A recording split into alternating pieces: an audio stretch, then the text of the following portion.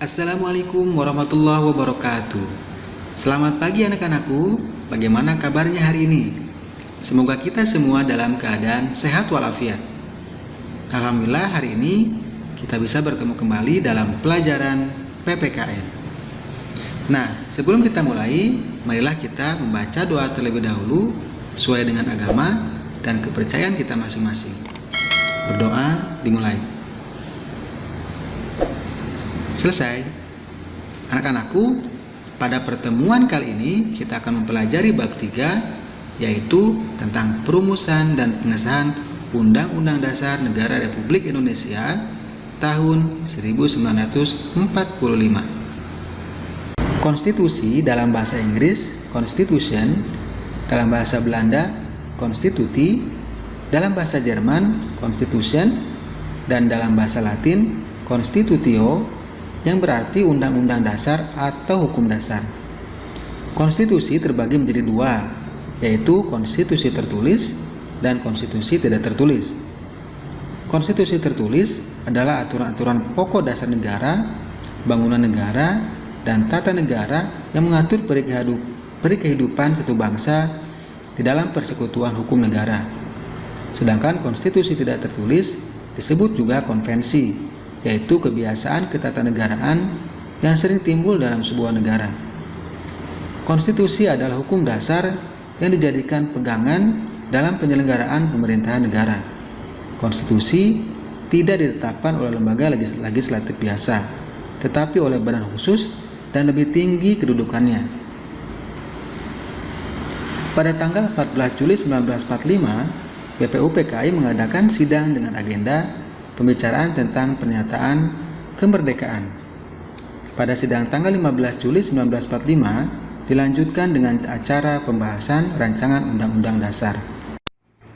Naskah Undang-Undang Dasar akhirnya diterima dengan suara bulat pada sidang BPUPKI tanggal 16 Juli 1945. Pengesahan Undang-Undang Dasar Negara Republik Indonesia tahun 1945. Sehari setelah proklamasi kemerdekaan Indonesia, Panitia Persiapan Kemerdekaan Indonesia atau PPKI yang menggantikan BPUPKI melaksanakan sidang, yakni pada tanggal 18 Agustus 1945. Dalam persidangan PPKI tanggal 18 Agustus 45 ini dihasilkan keputusan sebagai berikut, yaitu yang pertama, mengesahkan Undang-Undang Dasar 1945. Yang kedua, menetapkan Insinyur Soekarno sebagai Presiden dan Dr. Andes Muhammad Hatta sebagai Wakil Presiden Republik Indonesia. Lalu yang ketiga, membentuk Komite Nasional Indonesia Pusat. Arti penting Undang-Undang Dasar Negara Republik Indonesia tahun 45 bagi bangsa dan negara Indonesia. Undang-Undang Dasar Negara Republik Indonesia tahun 45 berisi aturan dasar kehidupan bernegara di Indonesia.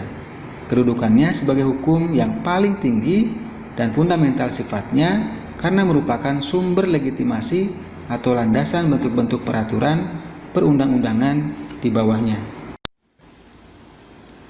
Sesuai dengan prinsip hukum yang berlaku universal, maka semua peraturan perundang-undangan yang berlaku di Indonesia tidak boleh bertentangan dan harus berpedoman pada Undang-Undang Dasar Negara Republik Indonesia tahun 1945. Peran tokoh perumus Undang-Undang Dasar 1945. Anggota BPUPKI telah mewakili seluruh wilayah Indonesia, suku bangsa, golongan agama, dan pemikiran yang berkembang di masyarakat saat itu.